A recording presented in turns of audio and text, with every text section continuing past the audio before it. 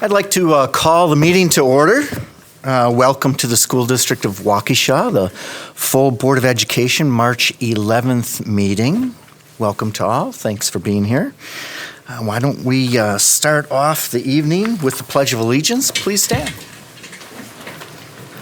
I pledge allegiance to the flag of the United States of America and to the republic for which it stands, one nation, under God, indivisible, with liberty and justice for all.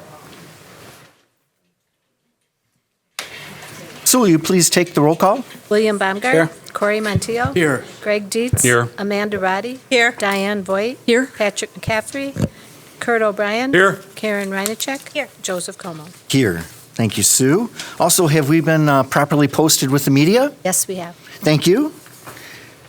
We're going to start off tonight with bright lights, always one of our favorite parts of the meeting.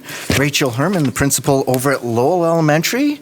Will you please come forward and introduce I'm here. Hi, everybody. your whole team? And you have a We big brought the team gang, tonight. Yeah. And what are you talking about? Yeah, right? So I'm going to actually introduce who I have here, and then they're going to Maybe take go it away. closer. These are the stars of the show. They are the ones who are doing and living the work every day. So we have our 5th grade team, Michelle Creasy and Stephanie Warner, and they have 4 students here with them tonight, Zoena, Kaya, Caleb, and Lila. And then we have special education teacher, Aubrey Fredrickson, 1st grade teacher, Jillian Miller, our speech and language pathologist, Kelly Wyskalacki, and 2nd grade teacher, Becca Wipashinsky. And we brought a collective group because I think that the theme around what you're going to hear tonight is we have in year 3 of our Avid implementation journey moved into school-wide practices. This does not just live in a silo. It does not just live in one grade level. It is school-wide. And so they're going to tell the story of where we've been and where we're going. So take it away, you guys. Welcome. So on this presentation, this slide, we're going to talk about our journey with Avid. So in year 1, which was in 17-18, we sent a 10-person leadership team to our first Avid Summer Institute. And that helped, as teachers, us build an awareness around how Avid positively impacts all learners amongst our staff and our families. Then in year 2, 18-19, we launched Avid Elementary in grades 2 through 5. We implemented Avid organizational toolkits in grades 2 through 5 as well. Last year we presented on that. I know we kind of shared what those look like as well.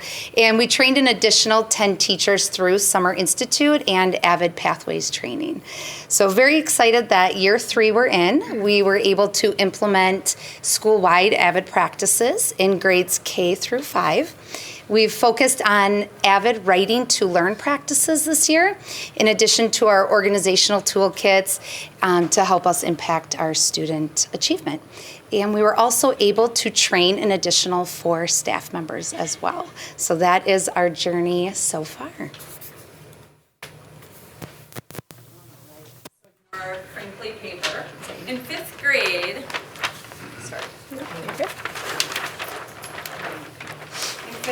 we've been working on timelines. So we have our Avid timeline here. There we go. Okay. So Avid weekly articles are used to ensure all learners have access to complex informational texts.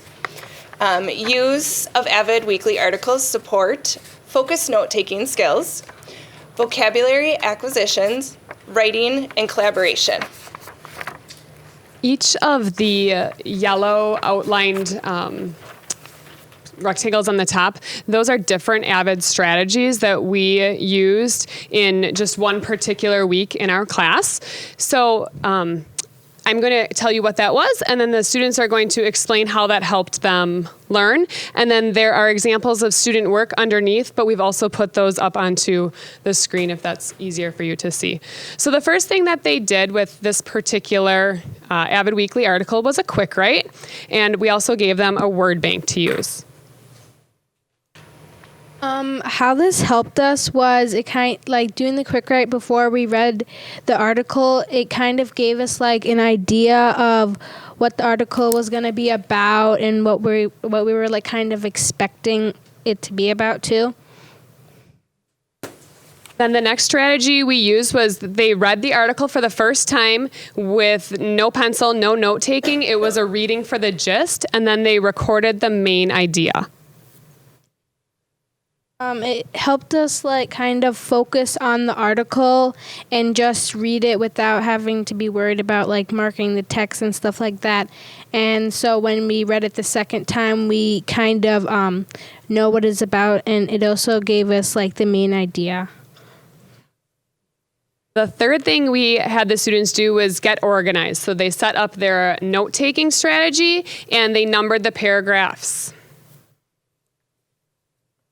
When we did the get organized, it helped us because we could write down what the article is mostly about, like the main idea. And then we also could write down like what questions we had and like words that we didn't know. And we got to like write of like a summary of what we got, like what information we got from that. The fourth strategy we used was marking the text. So students used pencils and highlighters to box, circle, and underline important information, keywords, words they didn't know. And we did that with a 10-2-2 note-taking strategy. So for 10 minutes, we instructed on how to do that. For 2 minutes, they worked on it independently. And then for 2 minutes, they turned and talked and collaboratively shared their notes, reviewed and reflected upon those notes. And we just kept repeating that process until the whole article was read. This helped us identify key words and words to learn. It helped us understand the text on a deeper level, and if we were to look back, we didn't have to see extra things that we didn't need to know. We could see just the important parts.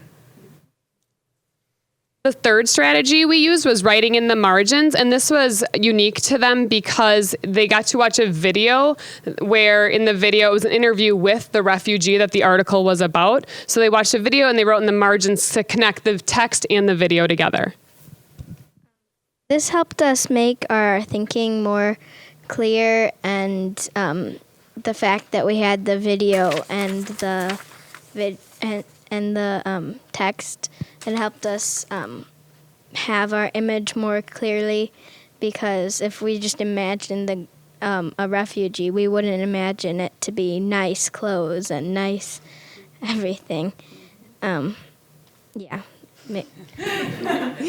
And then almost getting done, we were extending beyond the article then, and we had them apply their learning through writing. So they were writing to learn. They practiced writing a text-dependent analysis, which is something that's big on the forward exam, and they worked on that together, and they co-wrote them and revised them together.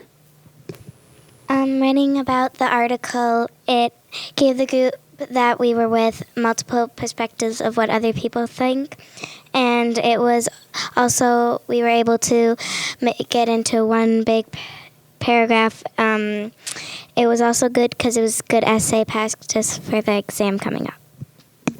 And then lastly, we extended beyond the text using a collaborative carousel strategy where we had posters on the wall and the students worked in groups, and they went through and the whole article was about showing kindness, acts of kindness, and they wrote down ideas of how they can show acts of kindness at sports and clubs, in the classroom, at home, out in public, restaurants, things like that. And I'll let It helped us see more things that we can do to show acts of kindness. It was also good because some of the nervous kids' voice, they were heard because it was really quiet and they just had to write it on a poster. I have the privilege of working with some of our youngest learners, and we started off the year with me taking over the 3-column notes with anchor charts. Slowly students were contributing to it, and now as you can see they are creating their own 3-column notes. We also work on collaborative skills with strategies such as team huddle.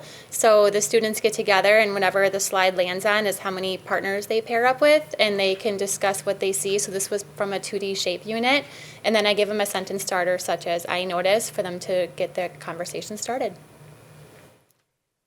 I also work with second grade, and one of the ways that we are implementing Avid is through our math journals, and that's an example up top of what we would say interactive notebooks. So on one side, the student has input, so the lesson, what the teacher gives them, and then on the right side is their output.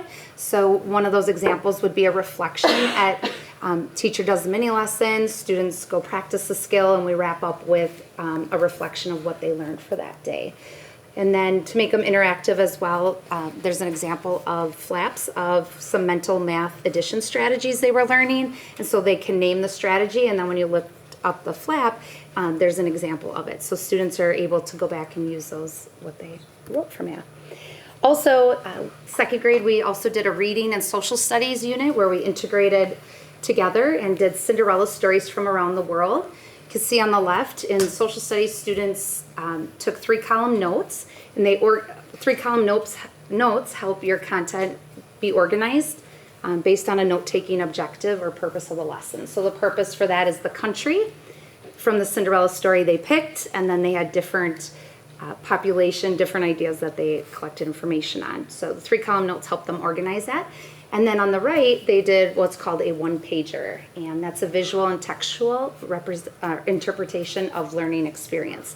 So you can see the flag, that was for Korean Cinderella, the flag, and they learned about that culture. And then in the corners of that one-pager is how they connected it back to the story and were able to share connections through what they learned.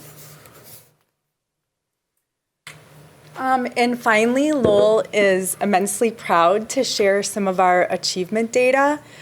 First of all, we wanted to share that for the 4th year in a row, Lowell significantly exceeds expectations on our state report card. We're very proud of that.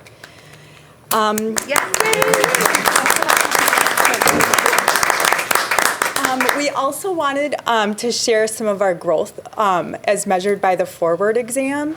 And so you can see last year our score was 99 out of 100. We were very proud of that, but we knew that would be really difficult to beat.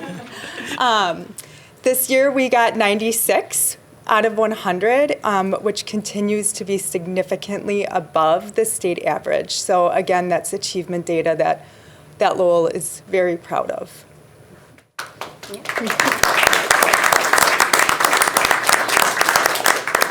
And that's all we have. So thank you so much for your time today. What questions might we have? You can't get away that quickly. Questions for us or questions about things you're wondering? Mr. Baumgart. Usually I like to ask the kids, but I'm going to ask you a different question. Tell us more about the lesson, I forgot what you called that, when you went to the class. The Avid Summer Institute? The summer, yeah. Sure. So we actually have people who have attended both. The Avid Summer Institute, the difference between that and an Avid Pathway is really just the time that you have with your team. It's the same learning, the same content strands. And so we've been fortunate to be able to send people to both. We have sent our first group, we sent to what was called Avid Foundations. So it was really learning about what are the foundational components of Avid. Becca attended that. Do you want to maybe speak a little bit to that dynamic? Sure. I went to the K2 strand, and that was pretty much the first time you're made aware of what WCOR means and what that can look like in your grade. And it was really great because you're able to work with teachers from all over the nation, really, at those, and able to have great conversations the way they have you collaborate and ideas of what Avid looks like at their school and ideas they have. And the trainers are from all over the nation as well. And they are very passionate. They're Avid teachers, and the trainings are just phenomenal. Some of the best ones I've attended. And then Waukesha brought here last year for the first year, I believe, maybe second year, what's called the Pathways training. And Michelle is one of our teachers who attended Pathways around culturally responsive teaching. So Stephanie attended that one as well. We've been very fortunate to get our staff really embedded in professional learning around what this looks like so that they can take it back to their classrooms and implement it with fidelity. Mr. Bryan? I just have a question for Mr. Gray or Mr. Cook. Wasn't it one of the schools where they were engaged in having to take some of the new students from? Yes, from Blair. Yeah. And when was that? That was just this year. That started this year. Okay. So it'll be interesting to see those forward numbers. Would that reflect some of those students that came in yet or not? That would be next year's numbers, That right? would be next year's, yep.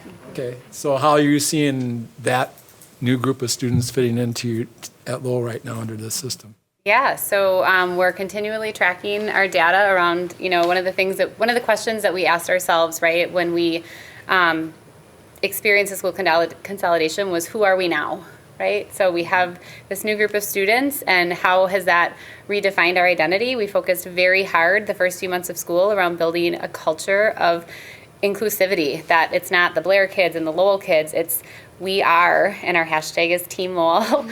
We are a team, we are one. So I think that our data storyline is still, we're on a pretty good trajectory. We feel confident that we're going to be able to maintain our growth. We're always focused on student growth. We held an Avid showcase event for the district a few weeks back, and we had a student who was formerly at Blair and now here at Lowell, and she was sharing to this panel of administrators and teachers, like 30 people, how Blair hadn't implemented Avid, and being in the Avid school has helped her to become a more organized learner. One of the things that she talked about was obviously our focus on writing has enhanced her writing skills immensely. And so I think that, again, these are practices that impact all students, and we've seen the impact of that on all the kids in our building. And if I may, 2 of these 4 students are new to Lowell this year. From Blair? Nope. Zueno you went to STEM, and Lila, actually, she's from Dubai. Okay. Well, welcome aboard. Anyway, I think that's great. It shows that, children can handle change, and especially when we take them to a school that all our schools in Waukesha are good. Yep. And Blair was good, but we also gave them the opportunity to go to another good school, so that's great. Absolutely. Other questions, comments? Mr. Montio. Thank you. I was just going to make a comment, not so much as a question. First of all, great job. It's not easy to stand up here and do what you did, so fantastic job. In my humble opinion, the whole purpose of reading and the whole purpose of writing is to communicate. What you demonstrated here today is vitally important. How old are you guys? 11? Okay, so I'm a little bit older than you, but it's still a skill I, as a 42-year-old, still work on. When I write something, I want to say what I want it to say. I want it to read what I want it to say. And I want the person who's reading it to understand what I really meant to say. So one of the lessons I learned a long time ago is words mean things. That's basically what you said. You want to say you want to write what you mean, and you want to read what the person meant to say. So a lot of people read too fast. I think this forces you to slow down, which is sometimes hard, but you guys clearly demonstrated you understand it. So congratulations, it's a great skill. Thank you. Ms. Voigt. Mine is more of a comment as well instead of a question. I want to thank you all for coming and sharing the way Avid is being introduced at the elementary school level. After seeing it at the high school level and the middle school level over the last couple of years, this is really, it's how do they incorporate 3-column notes with first graders? And that was like one of my questions, and you answered that without knowing that was one of my questions. So I really appreciate the presentation. You all did a wonderful job, and definitely, I'm very proud to be able to celebrate your successes at Lowell. Be part of the Lowell team. Yeah, I had a question for the students. The timeline was fantastic, but now I want to understand, how much time did it take you to go through each of those steps from start to finish? Like, usually we would do around 2 to 3 days for one thing, and Miss Warner and Miss Creasy, they would teach us what it means and how to do it, and then we would edit and revise it usually. I'd say the one that took the longest was the TDA, but it was the one that was most in-depth and helped you understand it the most. So that was in-depth. Was it challenging? Would you call it challenging? I would say it was challenging, and but it really helped us learn. Mm-hmm. Our opinions in the TDA as well. Yeah, so sharing with one another, maybe that expanded what you understood about the topic, and getting different perspectives broadened that for you. Yes. That was one week.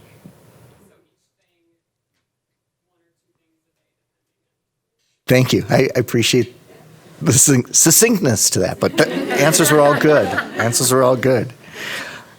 Mr. Dietz. Just congratulations to, first of all, the students, the staff, and it looks like you have an amazing support network out in the audience here too, which is a big part of all of your achievement. Just one question for you, Rachel. Next steps for Avid at Lowell would be? So we're going to continue. We're going to continue with our focus on writing. That continues to be an area when we look at our data that our students need continued growth in. And then we are going to continue to look at how to incorporate more culturally responsive teaching practices as well. Thank you very much. And Avid has a whole strand dedicated to that. So yeah, we're excited. Very good. Thank you. Excellent. Well, Mrs. Ryanchek. Thank you. I just wanted to quick say, I hear so many great things about Lowell from 3K on up, and I can see why. I mean, all the teachers are so glad to be here. They're passionate, they're smiling, they want the best for you kids, and I can see that it's paying off, and you love learning, and I can see that. And so great leadership and great job. Thank you. Yes, thank you. Excellent job.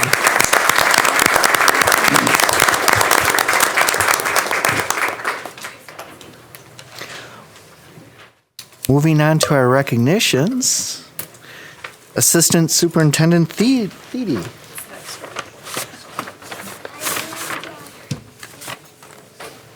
Not just Thede, but Thede.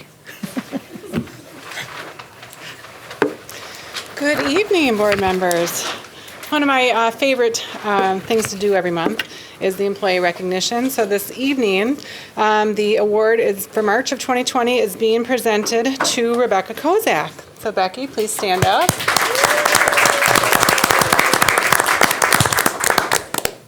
So Becky started in the school district of Waukesha in 1996. Currently, she is the Alternative Service Liaison at East Alternative High School.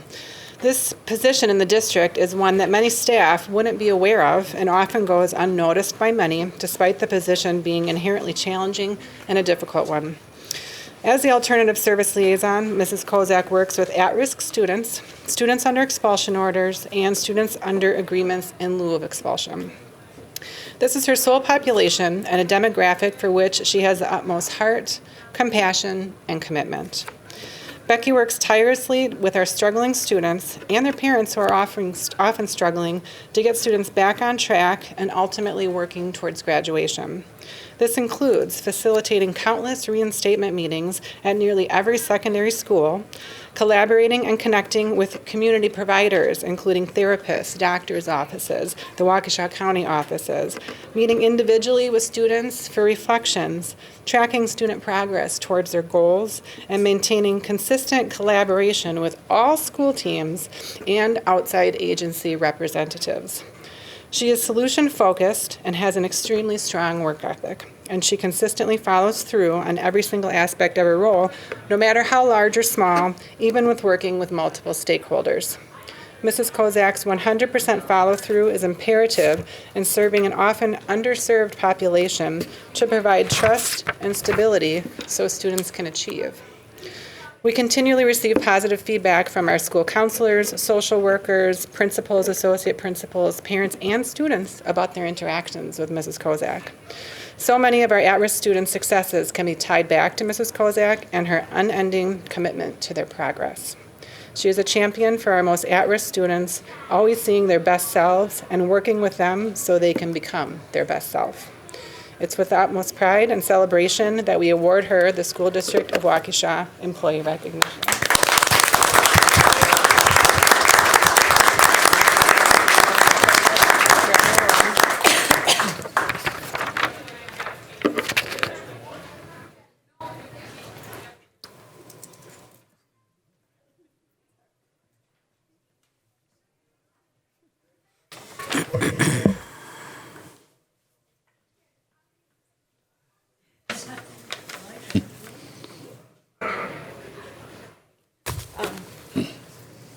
So, thank you very much for the recognition and kind words tonight.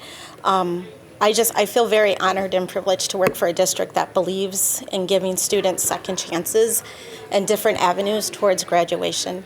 A lot of these kids just need that opportunity, the door to open for a second chance to really figure it out. They're wonderful to work with. They are challenging, but I enjoy it. I'm also very fortunate to work with wonderful colleagues, who many of them are here tonight, as well as principals and directors that have helped me grow professionally, have kind of pushed me out of my comfort zone to take on new tasks. I'm just very honored to have this tonight and to be a part of this district. Thank you.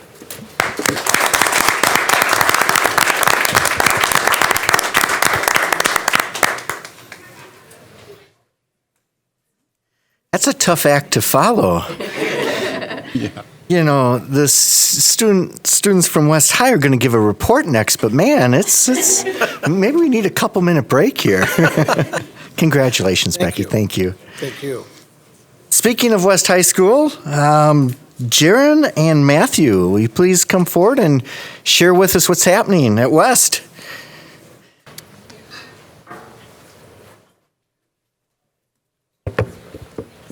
Welcome. Hi. My name is Jaron Frank, and I'm a senior at Waukesha West. And I'm Matthew Langer. I'm a senior at West too, and we're going to just present some highlights that West has had. So starting off with athletics, recently we have had our National Signing Day for all our student athletes. So we had 15 students overall sign, and they intend to go on and compete at the college level. So we're hoping that they all have very successful future careers. And then our girls basketball team, they were regional champions, and they even made it to sectional finals, so we're all very proud of them. And then the boys basketball team recently defeated Burlington to become the regional champions, and they will advance on to the sectional game this weekend. And if they win that, they will go on to state, which is pretty exciting. So then our wrestling team, we had two outstanding wrestlers, CJ Grisar and Magnus Kukanen. Both competed at state, and they both did extremely well. And then next with gymnastics, the gymnastics team went to state, and they did very well. Our senior, Gracie Moran, got first place on uneven bars at state and placed 8th overall. So we're all very happy for the girls team and Gracie. With our boys swim and dive team, 4 swimmers competed at state, including Alex Fonte, Andrew Bussey, Ethan James, and Jackson Bennett. And then our ski and snowboard team went to state. The girls team placed 6th overall, and the men's team placed 3rd overall. We had 7 competitors total compete, and we're all very proud of them. And then this past Thursday, we had our Wolverine Leadership Conference, which is where student athletes come together and they discuss things like leadership, team mentality, and team cultures, and legacy as a whole. And they really work on improving the value of athletic experiences.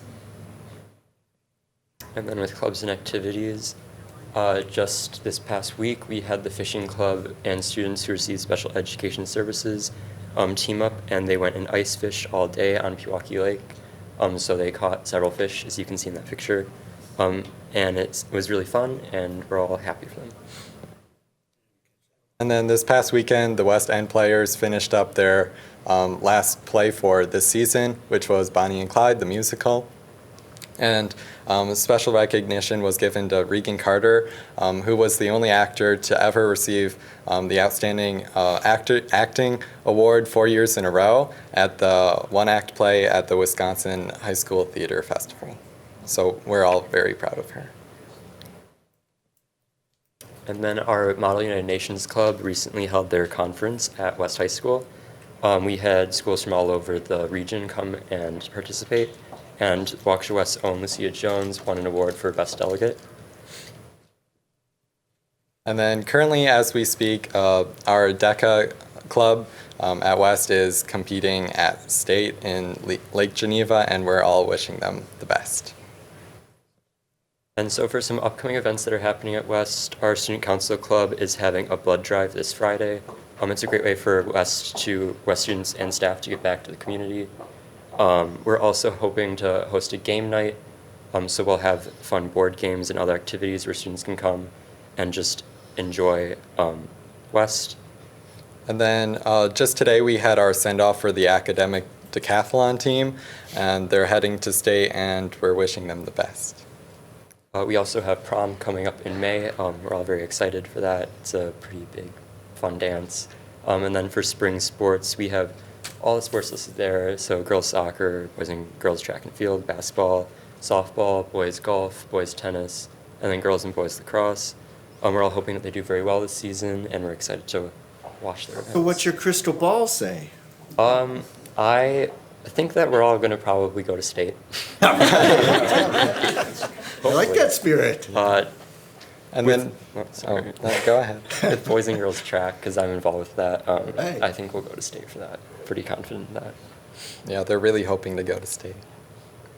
And then finally, next week, Friday, we have our student versus staff basketball game, where hopefully we can beat the staff again.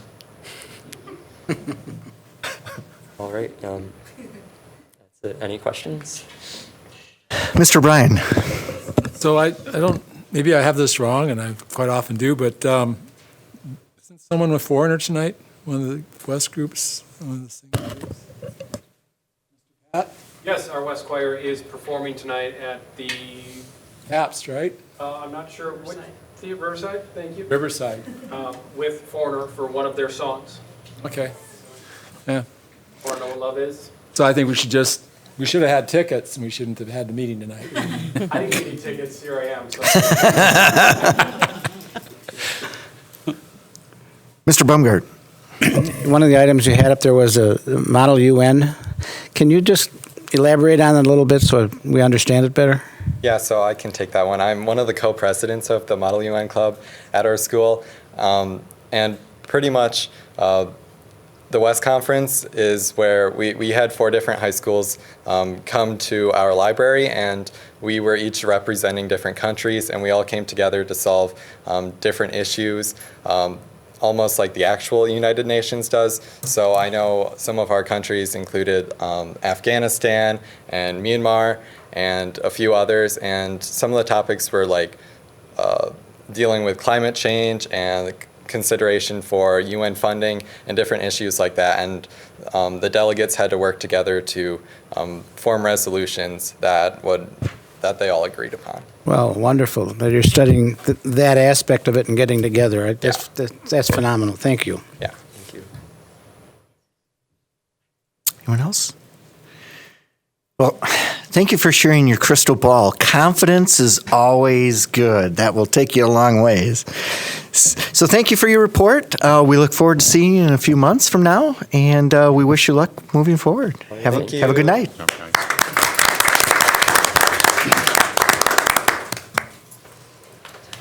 We're now at the section of our meeting where there's an opportunity for citizens to speak.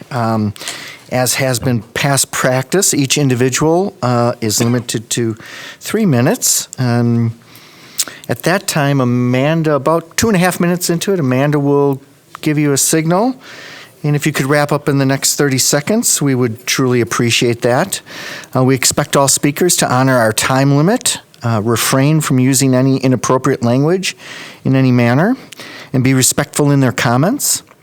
Speakers who do not meet these expectations may be prohibited from speaking at future Board of Education meetings. We also expect that the audience will be respectful of the speaker and the Board of Education and refrain from responding with verbal comments, cheering, applause, or other behavior that will detract from the meeting. Also, if you haven't done so already, please silence your phones.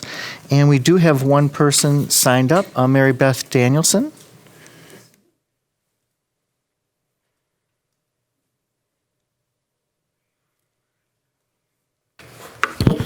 This is in regards to your news that the superintendent might be changing and plans may be underway to hire the next superintendent. This all happened in 1 month. It feels fast, as if there is a plan afoot. So whether there is or not, That is my perception, and we can assume the assumption of some others. So this is a petition from within the Greendale School District, where they are in the same situation. I want you to hear this request that makes sense to many tax-paying adults in the school district. We call upon the Board of Education to reject any plan to find a permanent superintendent that does not include a comprehensive and open search for the best candidate to lead the schools.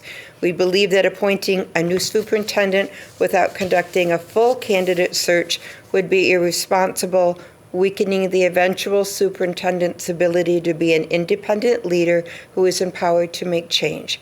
Without a full search, we believe schools' reputation will suffer, but by conducting a full search, the board will be able to choose the leadership that is needed while working towards restoring the community's faith in the continuing ability to lead our schools. Thank you. Is there anyone else in the audience that would like to address the Board of Education now? Kim? Here's my. Thank you for this opportunity.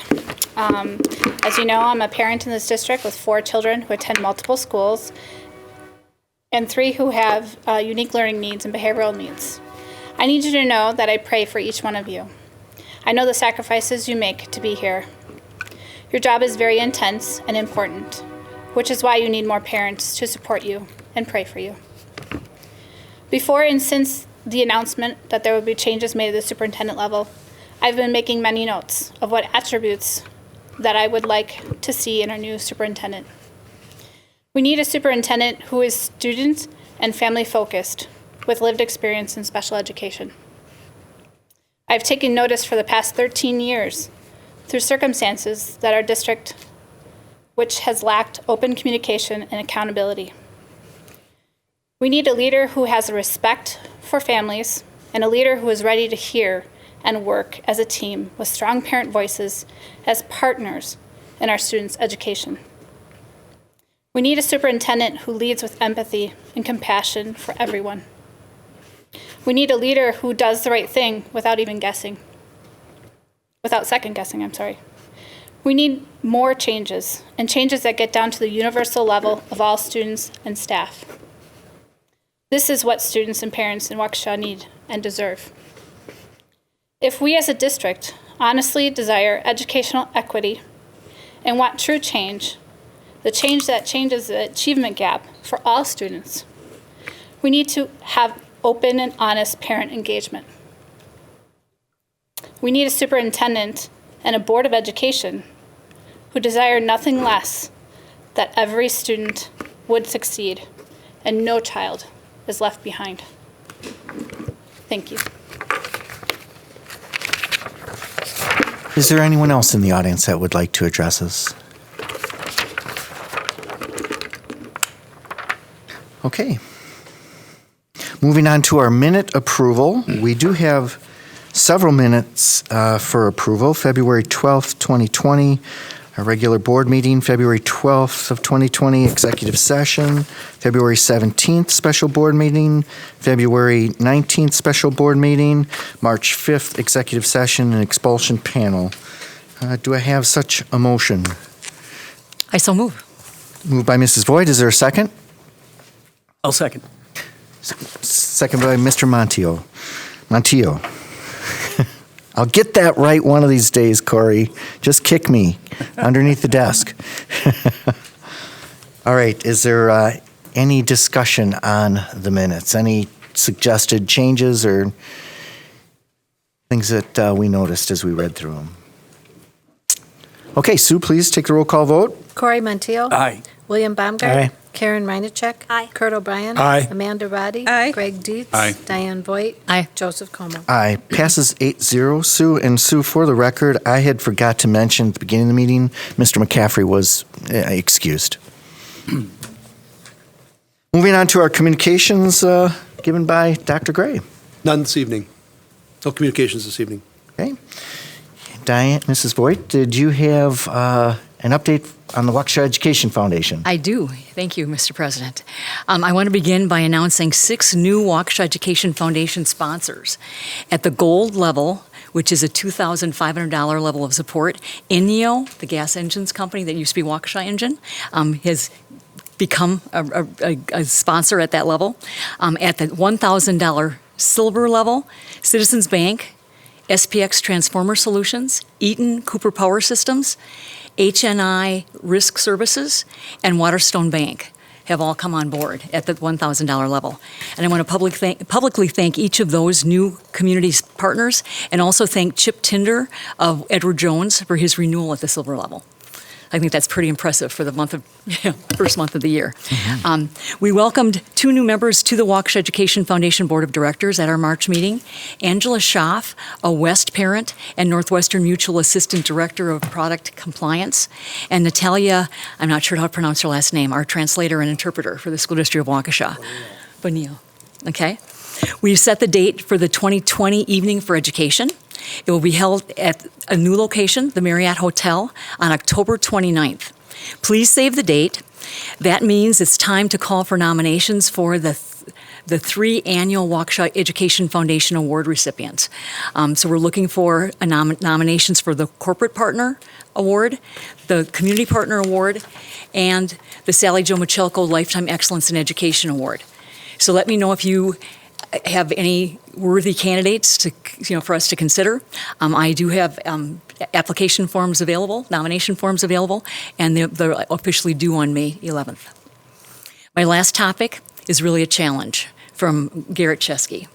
Garrett is recreating the annual WEF Walk and Wellness Fair to be held at North on Saturday, May 9th. Here's the challenge. Can the school board come up with 20 members to be part of Todd's school board team for this year's WEF Walk? There will be no timed run option this year. So you don't have to worry about keeping up with Todd. He says on the T-shirt that I will be using as part of the picture in the invitation to the team that you can travel at the speed of you. Okay? So... And without the run option, this is going to be perfect for our team. The tortoise won that race. The tortoise won that race, yes. So that will be the picture to look for in the invitation that I'm going to be sending out. On May 9th, you can actually do the leisurely 3K Saturday stroll between the 8 o'clock free breakfast and the 10:30 kind of wrap up. Or you can virtually walk, which is one of the things that I've been advising for people to get involved in. It's a $10 admission fee, and if you can't participate, because it is Mother's Day weekend, and it is graduation weekend at several universities, et cetera. So if it's not a convenient weekend, you still can participate and be part of the team, okay? So that's one of the new options that's available this year. The theme is Unlock Your Potential. And if you are physically there, you'll have the opportunity to pick up keys along the route that could unlock prizes back at the Wellness Fair. So again, registration is only $10. No T-shirts. We're getting rid of all the timed, expenses of the previous walk run. And please look for an invitation with Todd's shirt on it, and consider joining our Todd's school board team. I have to try to meet the challenge of coming up with 20 members. So I'm down now so far, and we'll see if we can get 19 more to meet the challenge. So thank you, Mr. President. That concludes my report. Okay. Thank you, Diane. Sounds fun. Yeah. Moving on to our charter school and program report given by Mr. Baumgart. I have just one item to report. Not that there wasn't a lot of good stuff going on over the last month or so, but I wanted to get this one across.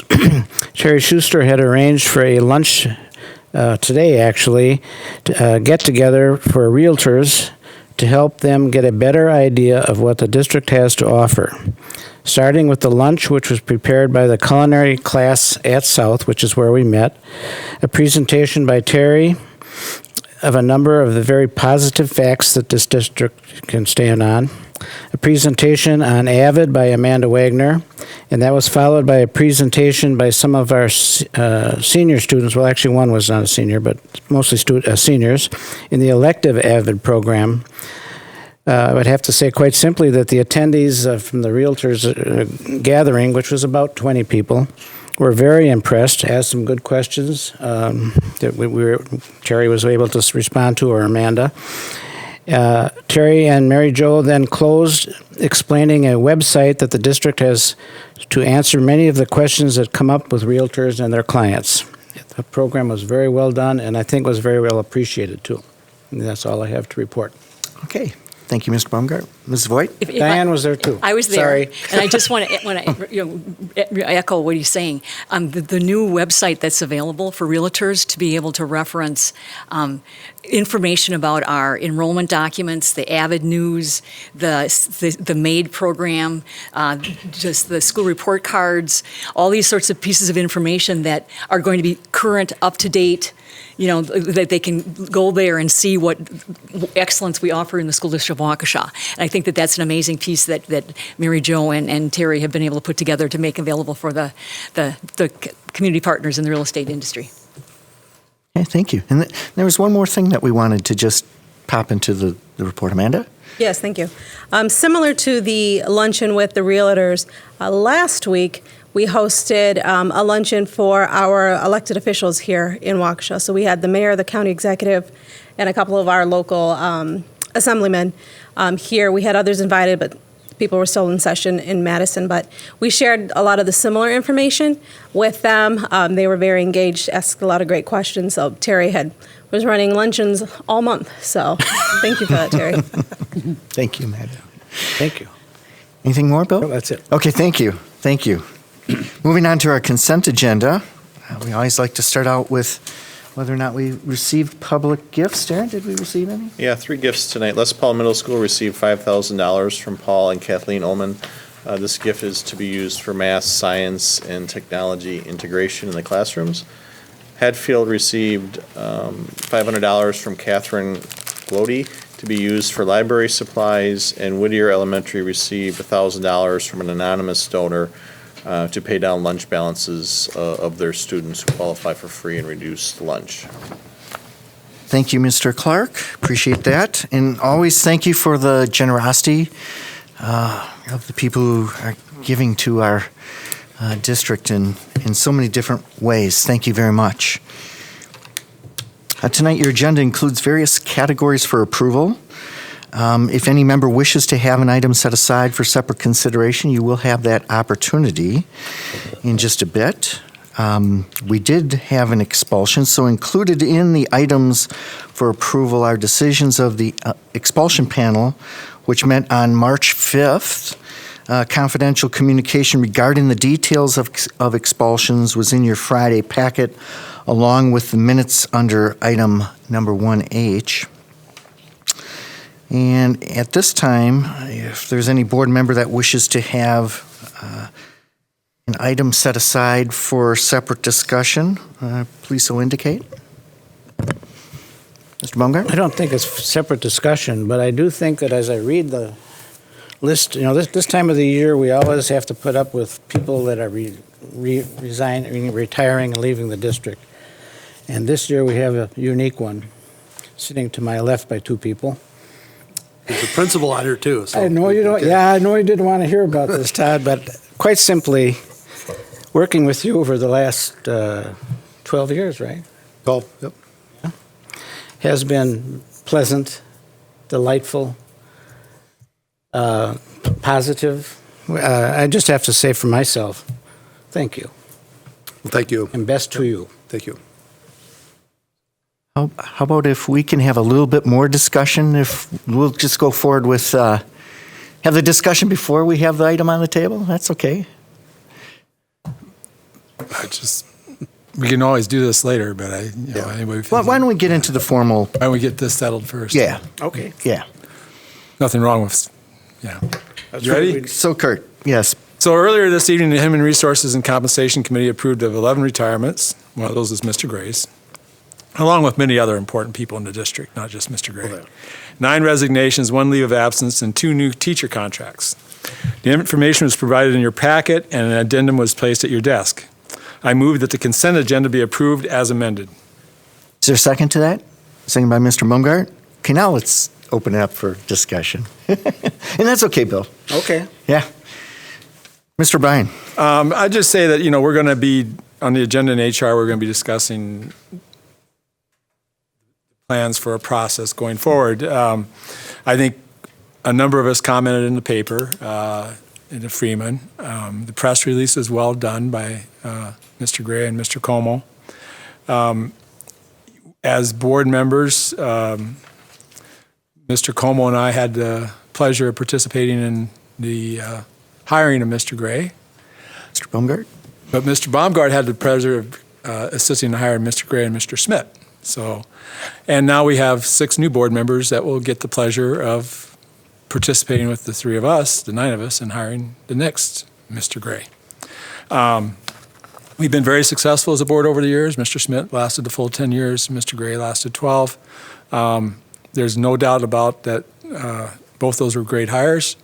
And as I stated in the paper, it wasn't only the financial success of Mr. Gray, but the curriculum success, I think, should be noted. I mean, it's very easy to say he was great on the financial side, but I think we have to be clear that there were a number of great things curriculum-wise that were accomplished across a couple different C&I directors, teaching and learning people, including the dual language, and the success of our, as we saw in the T&L committee, that group of people, our Latino, Hispanic group of people, perform extremely well across both economic zones in AP test, or participation in AP programs.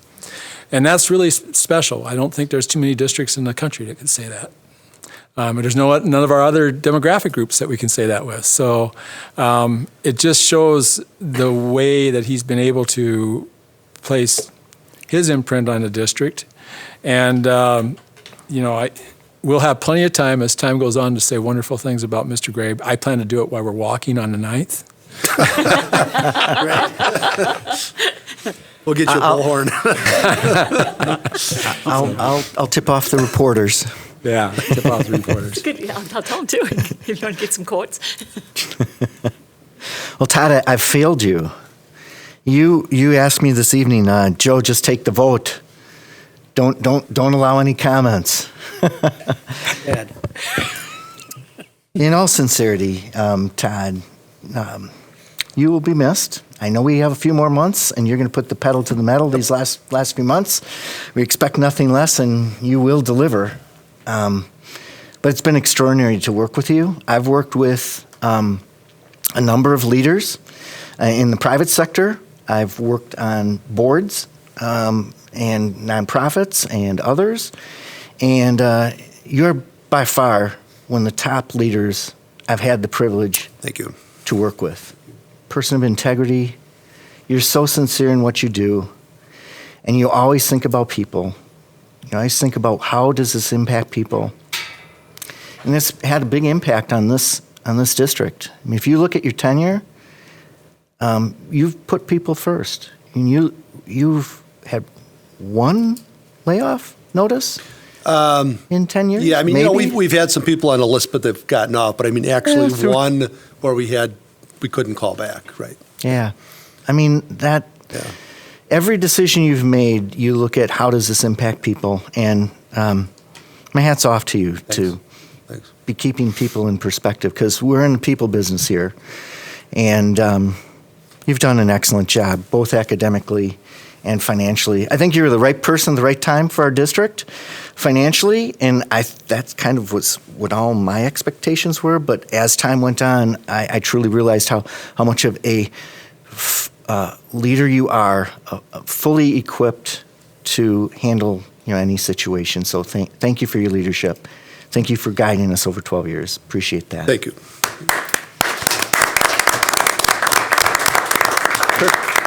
I just want to say one more thing. When we interviewed Mr. Gray, he made a number of, assurances and promises, and he kept every single one. He said, "I'm moving here. We're going to relocate here with my wife," which is important to the board. He said, "I expect to retire here," which he did. And he says, "I think this is the best school district in the state, and it will continue to be the best school district when I retire." And he accomplished that goal as well. And as I told the paper, he kept every promise he made to the board 12 years ago. So. And I, it's our staff. I mean, first of all, the board. Thank you, the board. You've allowed me to hire the best people I possibly can. And that's been important because obviously with 13,000 kids, it takes a lot of people to manage that. But I think all our staff, I mean, from everyone, from administrators to teachers to, the secretaries in the schools and so on, they're all instrumental and all have to be good. And I think we've all done that. And I think we've met some huge challenges in this district. We are probably more urban than suburban right now, which brings, a different set of challenges. But, you saw the last report card, series of report cards, and you saw how good they did. And I know that Lowell, even with the new challenges, they're going to do just as good because, it's an excellent staff. So thank you for allowing me to get really the best staff we possibly can, and I think we're there. You have thrown some challenges at me. When I first came in here, you wanted a school closed. We had a potential OPEB issue. There were a few other things, and we had a meeting, I remember, upstairs. And I said, well, I'd like to have like 6 months to study this and develop a plan. And you said, no, you have 30 days. So in 30 days, we had to hatch a lot of these different things, which I think have turned out for us. But the main thing is a lot of the new programs we have that have been working for us are because we empowered the teachers and the staff to get those things done. And I think that's really important. And I'm continuing to work on that empowerment piece. I've worked with my superintendent's advisory. I've also working on. I have a group that we're working with the EAW. We call it. We don't call it meet and confer. We call it ESP, Educators Solving Problems. And again, I think that is important because I have seen in this district that when staff members are empowered to do the things that they are good at, we have better results. So we're going to continue to. That's probably my biggest priority between now and June. So. Now, can I prolong the vote, taking on this vote for a while here? Okay, Mrs. Edinger, would you please call the vote? Greg Dietz. Aye. Karen Reinacek. Aye. Corey Montiel. Aye. Diane Voigt. Aye. William Baumgart. Aye. Kurt O'Brien. Aye. Amanda Roddy. Aye. And Joseph Como. Aye. Passes 8-0. Your letter of recognition, or letter of retirement has been recognized. Great, thank you. And now we can move on to your report, Dr. Gray. Okay. I was going to talk about financial fitness, but the way things are being canceled right and left, I don't know where that is at this point. My main focus here is obviously the issues and the preparation for coronavirus. We have been working very hard for a number of weeks now. Joe Cook, Darren Clark, and Tim Williamson are the leads on that. We've purchased more equipment for disinfecting so we can get into a school and a classroom and disinfect much quicker than we could before. These will be used not only for potential here, but for flu in the future and other types of viruses. We have developed some self-quarantine guidelines. We're asking staff if you've been out of the country or in other parts of the U.S. where there's a level 3 or above CDC guideline that you self-quarantine for 14 days at home. The biggest issue right now, we have 2 field trips, one to France, one to New York coming next week. And we have to make some big decisions on that tomorrow. Now, New York is not, where they're going in New York, there's no CDC level, but France is level 2. There is some fear that if kids were to go, because level 2 is still okay, if it hit level 3 while they're there, they may not get back into the country. So there are some concerns there. I don't want to put any staff in harm's way. And the big difference of this is not only can students put themselves in harm's way, but if they come back to the U.S., they potentially put others in harm's way. So tomorrow we'll have some big decisions on that. We've looked at some different opportunities, but I think what we're seeing here throughout the state is cancellation of these trips. We do know there's a case in Dane, Pierce, in Waukesha counties, and there's 2 in Fond du Lac counties as of this evening. So it's hitting pretty close to home. And like I said, you're seeing, I think the NCAA are going to allow 3 fans per team into a stadium. The NBA is taking off a couple weeks. So there's a lot of issues. I think people are taking this seriously, and absolutely we have to take this seriously as well. So if it means some temporary pain and canceling some things, we may have to do that. But that's our plan over the next couple days. And that's it. Oh. That's my Okay. Thank you, Dr. Gray. That was enough. That's a tough topic. Yep. Yeah, that's a tough one. Okay, moving on to our committee reports. As you know, we rotate committee reports each month. And this month, we're going to start out with teaching and learning given by Mr. Dietz. Thank you, Mr. President. The last Teaching and Learning Committee meeting was held March 3rd, 2020 at 6 p.m. here in the boardroom. There are 2 discussion/information items that appear on your agenda for teaching and learning this evening. The first discussion information item was Elementary Phonics Word Study. Phonics Word Study is up for review as part of our curriculum design process. Melissa Yao, Director of Elementary Learning, shared information on the need for change and the process we are taking. Teachers teach word study in grades kindergarten through 5th. Phonics is a large part of that word study. The recommended resource is anticipated to be presented for approval at our May 2020 meeting. Any discussion on that? Questions, comments?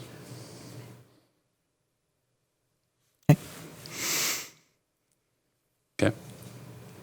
Our second discussion information item was redefining ready benchmarks.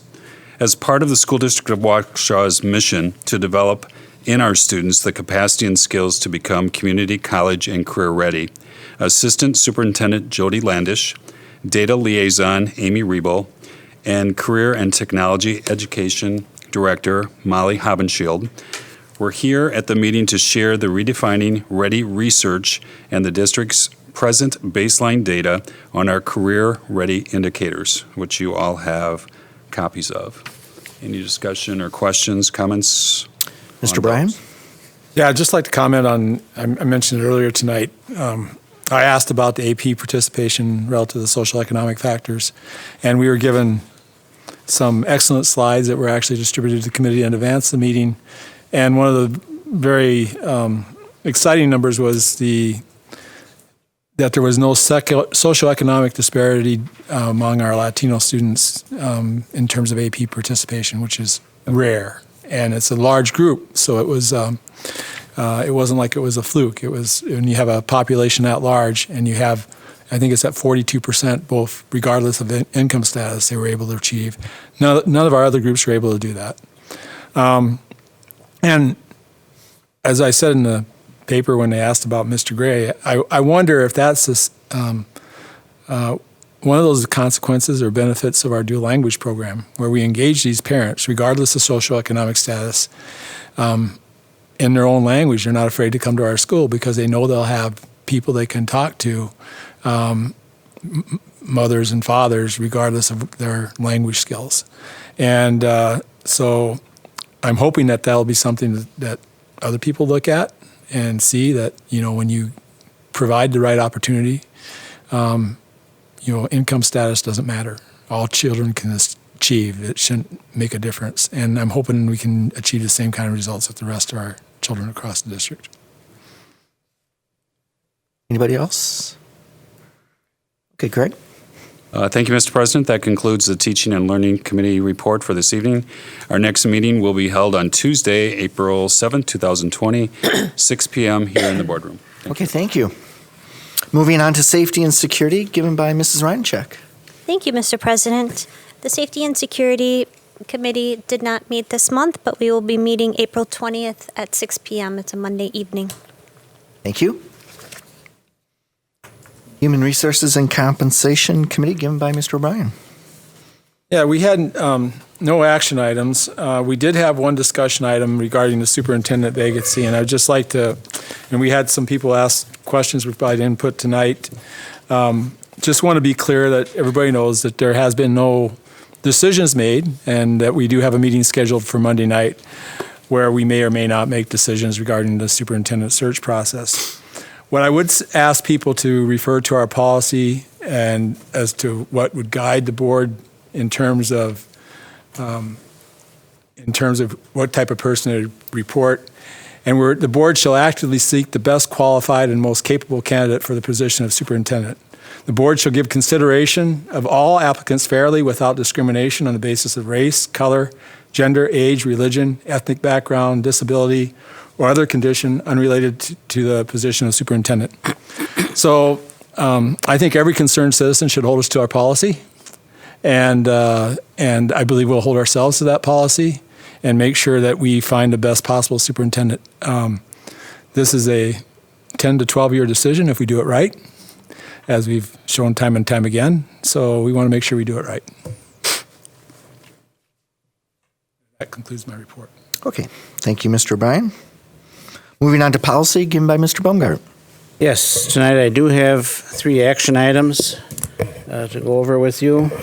You've seen them all before. The first one is policy 0167.3, public participation at board meetings.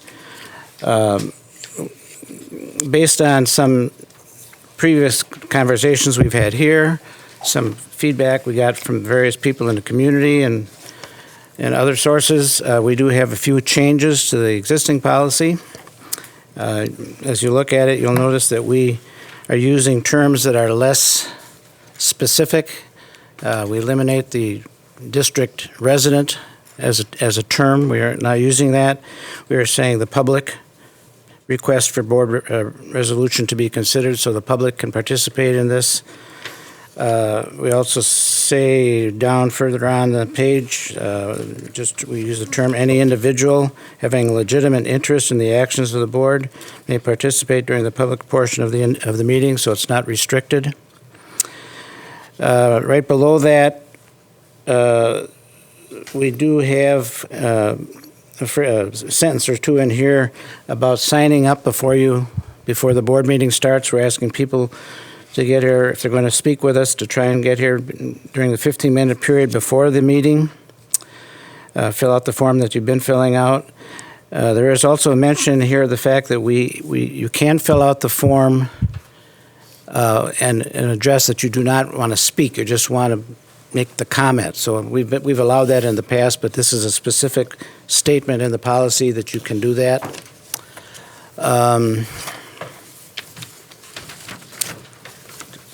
Item E on the next page, this is new.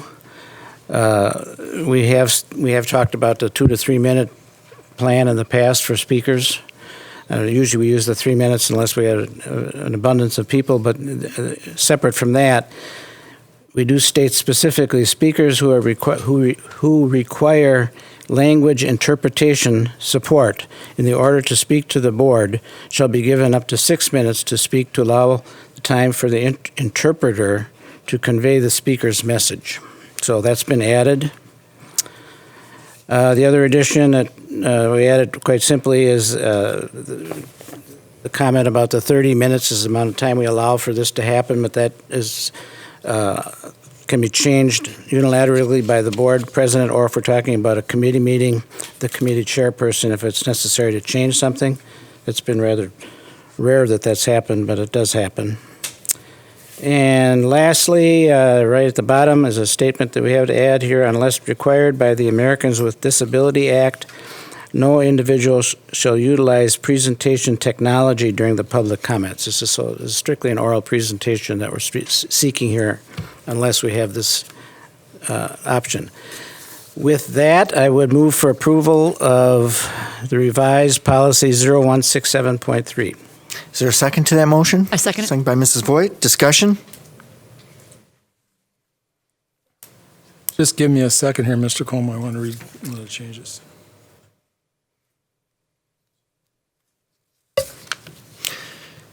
Just something while While Kurt's looking at this real quick, Sue, just so you know, if this does pass, we probably need to make address our language on, we used to say our citizens addressing us, so. Does that give you enough time, Kurt? Well, I'm trying to find out, maybe I'll ask Mr. Baumgart will humor me if I ask a question. In the prior policy, it was restricted to residents of the district. Is that language still in here with that restriction? It was taken out? Took it out. It's out. Okay. It's no longer our intention to restrict it to the district residents. And we also eliminated the word citizen because that was also troubling people. Because it's not shown as a strikeout in this. I was just In B it is. Huh? In B. In At B? the bottom. The district resident words have been stricken. District residents got stricken. Okay, and then the other thing, and this is fine, I'm going to vote for this. Just a point of interest, I was watching the Menominee Falls School District and their public comments, and they really allowed 3 minutes per participant per their policy, up to 20 participants. So up to what? Up to 20 participants. So they allow for a full hour. If it goes more than 20, then that's when they start to restrict it back. Just a point of interest is all. So. Any other questions, discussion? Okay, Sue, please take the roll call. Kurt O'Brien. Aye. Greg Dietz. Aye. Amanda Roddy. Aye. William Baumgart. Aye. Diane Voigt. Aye. Corey Montiel. Aye. Karen Reinacek. Aye. Joseph Como. Aye, passes 8-0. Sue? Bill? Okay. Second policy for action is policy 2431, interscholastic athletics and district activities. Recently, the WIAA membership approved specific language regarding codes of conduct as it relates to student athletes and felony charges. Athletic and activities directors are requesting this update to 2431 to reflect this new rule and the minimum level of discipline required in such a circumstance. This could have been viewed as one that we could have just approved at a committee level. But we did have a couple modifications to the wording, and we decided that it best be just presented here. On the second to last page is the only really substantial change period about a felony and a student.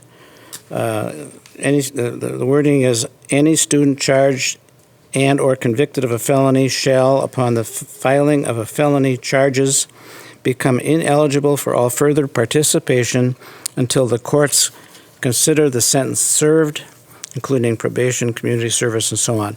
It was a little bit more wordy than that when we received it, and we just thought that this is right to the point. And that's it with that. I move for approval of this one. Okay. Is there a second to that? No, I am moving for approval. Okay. Second to that by Mr. Dietz. Okay. Discussion. Mr. Bryan? Well, I think I don't know what the original wording is, but if you're punishing someone who's been charged, they're supposed to be innocent until proven guilty, and they're being punished when they may have not committed any crime. So just clarity on that. So, Mr. Cook? This is the WIAA language that they expect for student-athlete participation. There have been a number of situations where student athletes were allowed to participate in athletics over the course of the court process and then were found guilty, and that then had a negative impact on sports in Wisconsin as a whole. So this is the language that the WIAA put out and then our athletic directors advocated for. The changes, that didn't change. It's a WIAA statement that this is what you'll do. We just cleaned it up a little bit. I forgot what the wording was. Okay. Mr. Montiel. Thank you, Mr. President. Mr. O'Brien, to your point, there was quite a bit of discussion at the policy meeting regarding your exact issue that you brought up today. I think I raised it, and maybe some other people did, but we did talk about that at length. As Dr. Cook mentioned, and I know you know this, I'm just kind of speaking to not directly just to you, but athletics are a privilege. So the standard is not one where they have to be convicted, the standard that they're proposing. So, and I have had cases, and I've represented clients in cases where they can take a year and a half. And Dr. Cook, not to quote you, but talked about how that could be difficult, where they could, a student who's charged and the case goes on for many months or a year could complete the athletics and then they're convicted. So I've looked at this. I thought about it. I know Mr. Baumgart led a very good discussion about that. So I certainly understand your point. I'm comfortable with it. So I think we tighten up the language to mostly reflect that once the person is off, the sentence being served, we talked about what that That's means. right. So, yeah, so we did spend quite a bit of time talking about that, so I'm comfortable with it. Thank you. Other comments, questions? Mr. Bryan? Yes, I would rather have had it been where we could separate it and make it a code of conduct suspension if you're charged, rather than combining it into one statement. So it's like we're punishing somebody as if they've been convicted already. That's the problem I have with the conciseness of it. And I don't know what the WIA is going to do to enforce this. Intending to have any enforcement powers over this request? The WIA sets the expectations around things like drinking and such, what constitutes conduct. The idea of enforcement would be if an athlete was charged and participated and the WIAA found out through reporting, then any game that student athlete participated in then would be forfeited. So for instance, the football player who gets charged with something plays 3 or 4 games under under a prohibition by the WIAA, then that football team would then have to forfeit those games if it was reported to the state. I don't think that they're going to necessarily have people going and investigating it, but generally coaches and officials are pretty good at reporting these things from the other team or from the neutral party.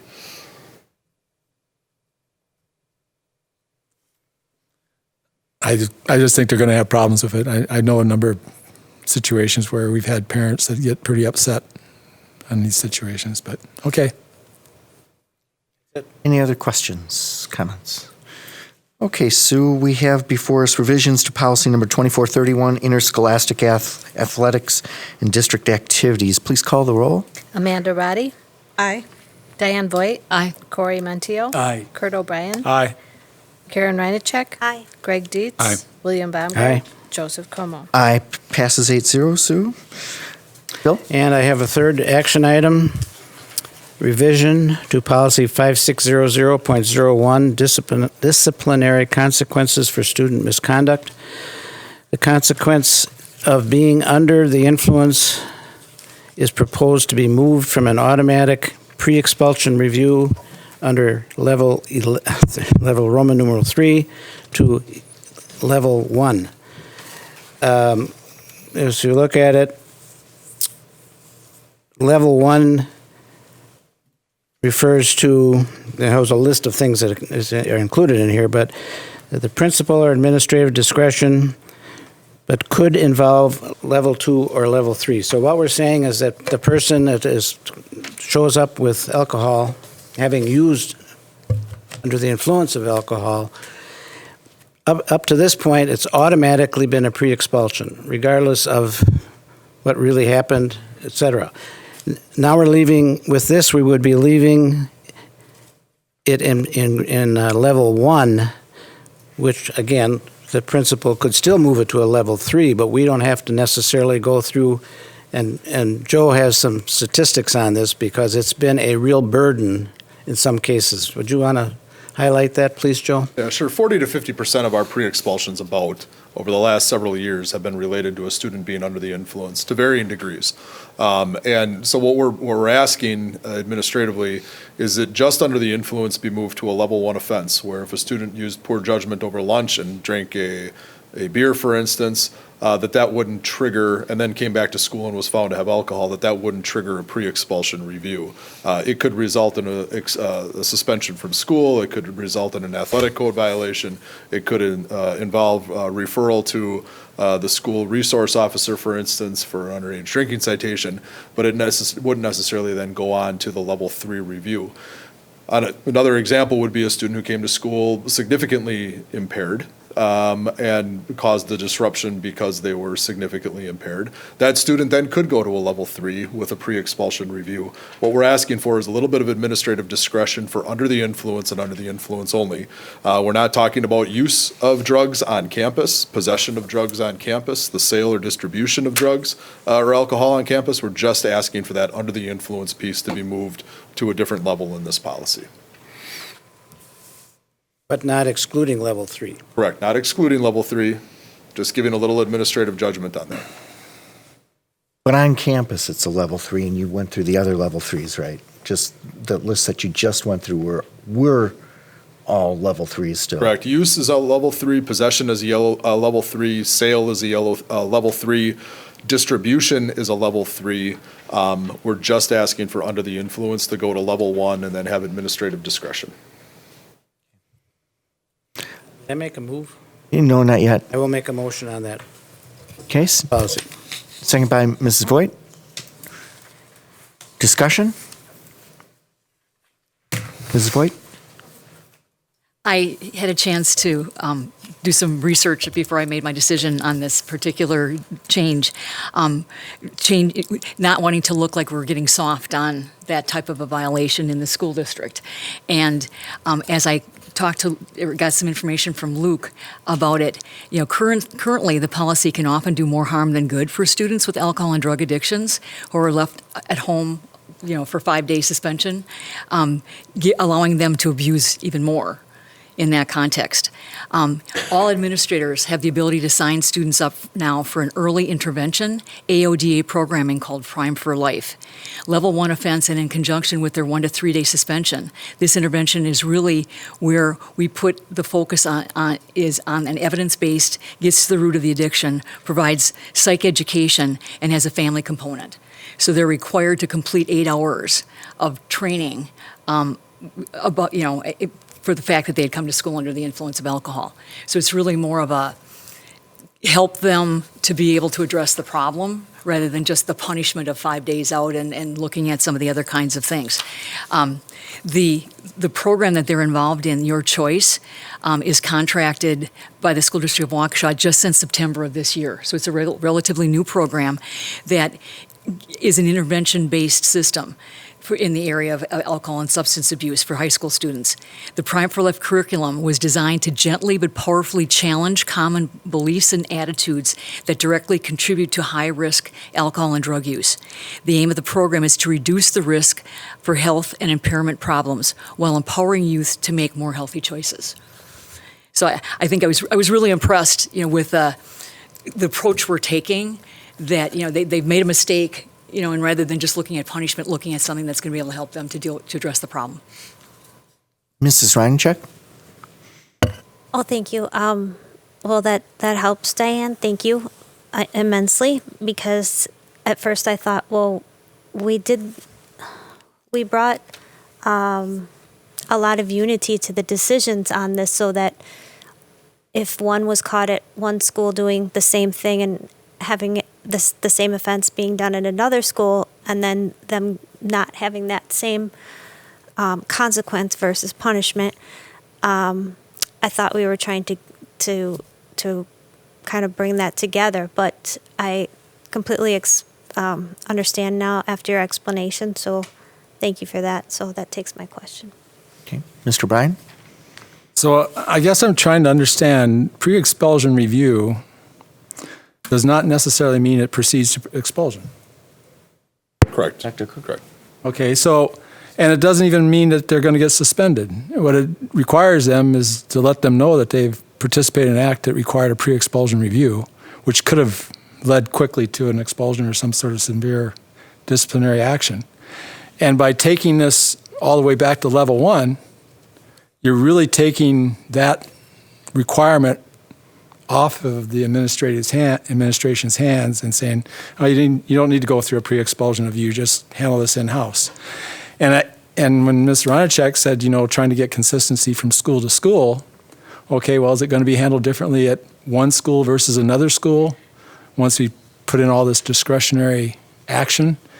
I think if we have drugs and alcohol on grounds or off grounds, it doesn't really matter. I mean, we've had instances where children arrive at school high as a group, and it's all done off grounds, okay? And we've expelled them for it. We used to have a very strong policy when it came to those types of things. We always pretty much brought children in for expulsion. It usually meant that they got reinstated, based on getting treatment. And, the idea is to have children, treat them well, try to get them back into our schools. But we've always made it very clear that we don't want this type of activity within our schools. And when we stopped doing expulsions, we relaxed this, and we did a lot of abeyance programs where now we're back to doing expulsions. We're seeing students that had abeyances for dealing drugs or possession now coming before expulsions. I'm just uncomfortable with taking this extra emphasis off the offense and busting it all the way down to a level 1, when level 3 doesn't mean that they expel them, doesn't mean they get expended. It means that the administration takes it to a very high level of discussion with the student, which I think is appropriate, which could lead to an expulsion. You're accurate with the way you're looking at it, with the exception of the cost that is going into our pre-expulsion hearings. Is that accurate, Joe? A pre-expulsion requires, it's been a 5-day suspension, then a pre-expulsion review within that 5-day timeline. So you've already done the 5 days? Yeah, so they're serving essentially a 5-day suspension, and then during that pre-expulsion, we're determining if it's an offense that needs to go to the board for expulsion, if the student goes back to school on contract, or anything kind of in between the two. And so when you get into these particular meetings, when our numbers are 100 and some odd, 110, 120 pre-expulsions a year, and 40 to 50% of those are for being under the influence. If we could look at those under the influence situations and get those kids in an educational type program to address their AODA issue, and then return them to the classroom for what is a first-time mistake, because if you look under level 2 of the policy, a second offense does require that 5-day suspension and then couldn't go further into pre-expulsion. So we have the option to address the student who repeatedly offends. What we're asking for is the ability to use judgment for the student who has essentially that first-time offense, which is what level 1 of the policies, it's just a laundry list of things that a kid could do wrong. And then level 2 starts talking about how we would punish them. Mr. Bryan? And this is a change in how we used to do it a long time ago versus what we did, what we're trying to accomplish today. It doesn't matter whether it's their first offense or second offense or third offense. If they know they're going to get slapped on the wrist, you're going to have a second offense. You're going to have a third offense. The best way to deal with the first offense, hopefully it's the only, it's an instant wake-up call for the child and their parents, is put them through the pre-expulsion and review process, at least one step away from expulsion. The policy doesn't talk to any suspension. Now, there may be a different policy on pre-expulsion, or it may be an administrative guideline on pre-expulsion, but it doesn't talk to any suspension. Now, again, that would be up to administration, I believe, if they wanted to suspend a student for 5 days as part of the pre-expulsion review. But to take it to where we're not even going to use it, we're going to allow it to be considered a level 1 offense, I just can't take it that far back, especially when we used to do this routinely. And maybe we have more of them now because we stopped doing that routinely. Maybe we'd have less of them if we were more firm about what use of drugs is and how it's handled across our student population. Oh, it's increased, but not because we've stopped doing it, because we are doing it. We are doing the pre-expulsions. 120 or 50 a year, half of which... We stopped doing it for a period of time because we went to an abeyance program. Okay, you don't like it. I'm sorry, Karen, I jumped in on you. That's okay.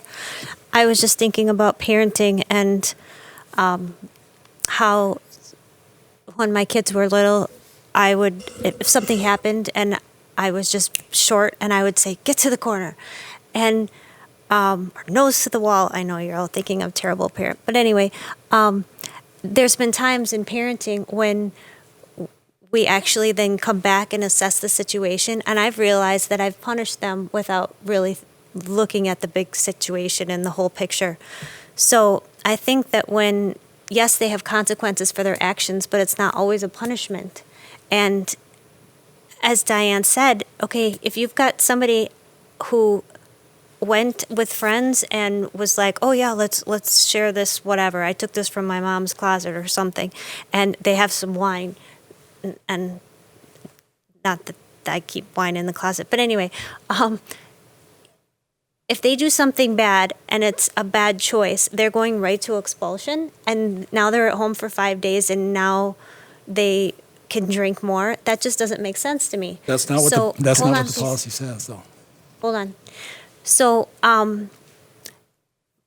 if they're bringing guns to school, if they've endangered other people's lives, all of that is still level 3.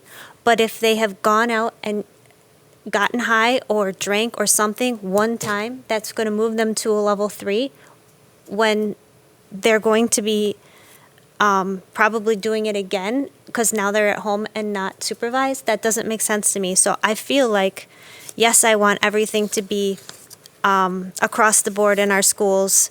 If you do it here, you do it there, it's the same consequence. But I think this one, it doesn't make sense to keep them at home doing the same thing that they just got in trouble for. And it's not that they're not going to get a consequence, they just get to actually look at the situation and see, okay, does this kid really get expelled for this? Mr. Bryan? And I think we need to be clear. There's nothing that calls for a suspension or even expulsion in a pre-expulsion hearing. It's basically a consultation with the student and the parents at a high level, which could lead directly to an expulsion. It still leaves a lot of administrative discretion. We just want this offense. And by the way, we can say it's one time, but what if they're getting high in a car with a bunch of kids? Isn't that endangering the health and safety of those kids if one of them is high and driving? And that we've had that happen. And they've come for expulsions. And they wouldn't have came from expulsions if we had changed this from a level 3 to a level 1. I'm pretty sure of that. Because some were high in kids. And the bottom line is we had zero tolerance for drugs. And I think if we had had that, we maybe would have had a better chance of saving some lives from this opioid epidemic that we went through here in Waukesha County. I agree with you. I agree with Mr. Reinachek. I don't want to be overly punitive. I do not believe that we should take kids and kick them out for any offense. But we need to have the discipline to make sure that the child and their parents know that this is a serious offense, that it's going to lead to even worse consequences than potentially being expelled from school, not only for themselves, but it also threatens other kids and the health and safety of other kids. I think zero tolerance relative to drugs should be the policy of this board. And moving this from a level 3 to a level 1 doesn't make it zero tolerance. It's like, okay, we're willing to tolerate some, but just not a whole lot. Anybody else? I'm seeing if there's anybody else. Okay, Amanda? Yes, thank you. Bill, Ms. Baumgarten, excuse me. Did the committee discuss any possible guidelines for administration to be able to consider or follow as they go case by case with students? So, if this were to pass, while the committee was discussing this, was there any discussion for possibly drafting administrative guidelines for the administrators to follow so that there was some sort of consistency going across the district? Unified way of doing it? Mm-hmm. Dr. Cook?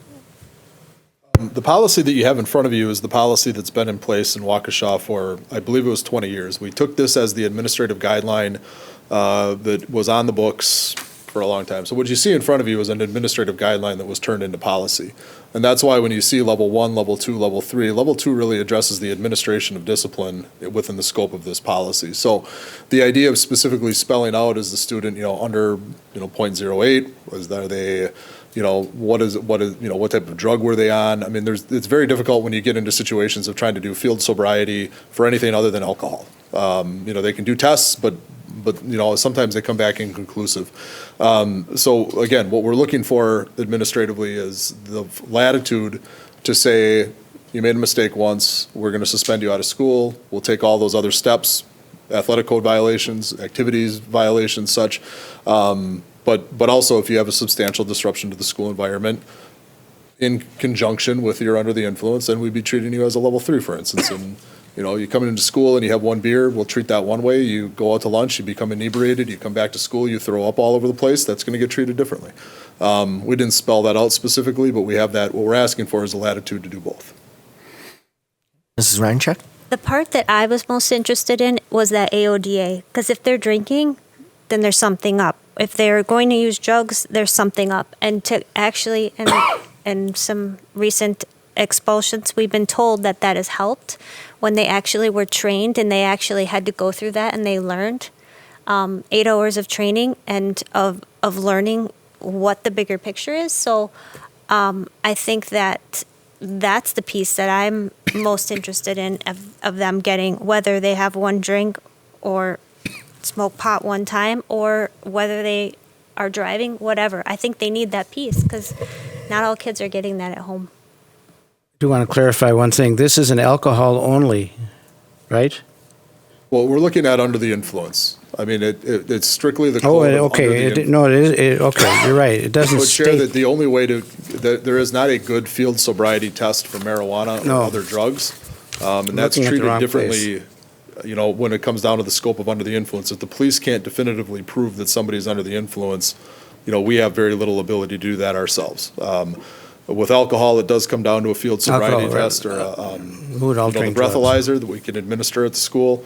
But those other drugs, they just haven't come with a good screener for them yet.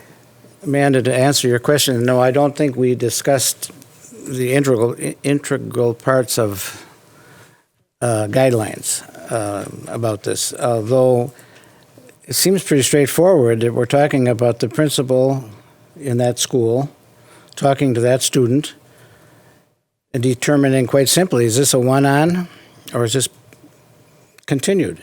There's really not much else to judge there.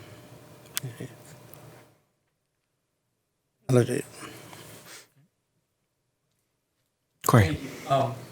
There was quite a bit of detailed discussion at the policy meeting on this. A lot of their points, to some extent, except I think Ms. Roddy's suggestion for administrative guidelines. But I think we talked around that a little bit. I had some concerns about this. Other members did. How I looked at it is I tried to say, okay, how is this possibly going to shake out? I think the least problematic situation where someone could be under the influence is literally they take a drop of alcohol, or a drop of a beer, which is unlikely, but I'm just trying to run it to the extremes. And the worst is they're so intoxicated, they're so under the influence that they can't breathe, or they're so unable to govern their own behavior that they're harming other students, actively harming or will harm. So I look at this as giving the administration the ability to look at that gamut and say, okay, boots on the ground, here's a student that did somewhere between a drop and somewhere between actively harming or actively endangering. Those are two dramatically different circumstances, in my opinion. And it doesn't mean, at least if I'm reading this correctly and as we discussed it, that it's all of those in that gamut or that span of behavior are always going to be a level 1. If I look at level 3, the ones that proceed directly to pre-expulsion review is anything that endangers the health and safety of others. So I think it's the behavior that's concerning in addition to the use of alcohol. So if the behavior is endangering the health or safety of others, that goes to a level 3, if I'm reading this correctly and understanding it correctly. So I'm comfortable with giving the administration a little bit more discretion to say, okay, this is either on the drop level or on actively or likely to endanger the safety and health of others. So your points are well made. All of them are. That's kind of where I shake out. That I think I can vote to support it because I think it allows people who are there to not be handcuffed by a policy that doesn't account for what they're seeing. Mr. Bryan. I'll just say the current policy doesn't handcuff them. They have all the flexibility in the world with the current policy. It worked for 20 years. I don't know why we're changing it. We really have had some pretty severe circumstances through the history of this board that we brought kids in for expulsion of under that statement. And, you really need a pretty strong policy when you bring kids in for expulsion because it has to hold up when it goes up for appeal. So making it level 1, why did you move it to level 3? And if it goes to appeal, there's going to be that discussion. That's going to become part of the appeal. Why did it go from level 1? It's okay to treat a kid conducting the same crime differently, but you decide to take them to level 3 and an expulsion. I think you need to provide some consistency, and that's what this policy does. And changing this policy, I'd like to know if it's been reviewed with legal counsel, because I think there's a problem there in terms of the possible inconsistency in how we apply enforcement across the district when it comes to use of drugs and alcohol. We need to be consistent in order for our expulsion orders to stick. All right.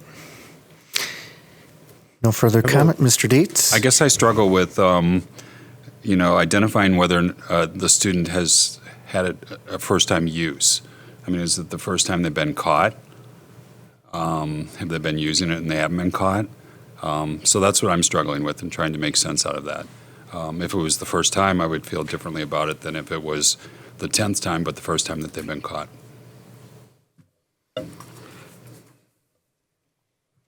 All right. Let's consider revisions to policy number 5600.01, disciplinary consequences for student misconduct. Will you please take the roll call, Sue? Karen Reinacek. Aye. Amanda Roddy. Aye. Diane Voigt. Aye. William Baumgart. Aye. Corey Montiel. Aye. Kurt O'Brien. No. Greg Dietz. No. Joseph Como. Aye. Passes 7-1. Sue? Beck? Who knows? 2. Oh, I'm sorry. 6-2. Who was this? I'm sorry, who were the no's? Okay. My miscount, sorry. Passes 6-2, Sue. Okay, Bill. That concludes the policy committee. Okay, thank you. Moving on to our technology committee, given by Mrs. Boyd. I have no report, Mr. President. Move on to our finance and facilities committee, given by Mr. Montillo today, as substituting for Mr. McCaffrey. Thank you, Mr. President. I am obviously subbing in, so I will do the best I can. We did meet on March 9th of this Monday of this month, and we had 2 action items proposed and 4 discussion items. First action item was approval of audit requests for proposals, RFPs. The School District of Waukesha's contract with Clifton Larson Allen LLP, formerly Schenck SC, for auditing services expired upon the conclusion of the 2018-2019 audit. A request for proposal was developed in December and sent to 6 audit firms. The administration then narrowed those firms down to 2 based on cost and experience, Clifton Larson Allen and Baker Tilly. As it's always good practice to bring a fresh perspective, and Baker Tilly had a slight price advantage coming in at $1,850 less over 3 years. The administration has recommended Baker Tilly. The committee approved a 3-year agreement with Baker Tilly as the district's audit firm is presented, and I so hereby move. Is there a second to that? Second by Mrs. Reinacek. Discussion?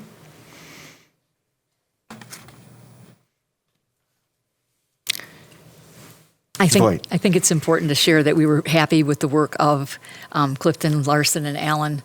You know, they've been working with us for 8 years, and a good relationship for over 8 years, and 2 years before that with a different name kind of situation. But it's really more a matter of the fresh eyes kind of perspective than anything else, especially in the context of an audit. Yeah, this is probably one of the most important things, other than hiring a superintendent, that this board does, is every year assure our community that our financials are what they say they are. And we need to have this done by state statute, but we take this very seriously, and we will continue to move forward. It potentially looks like with another audit firm if this passes. Any other comments or questions?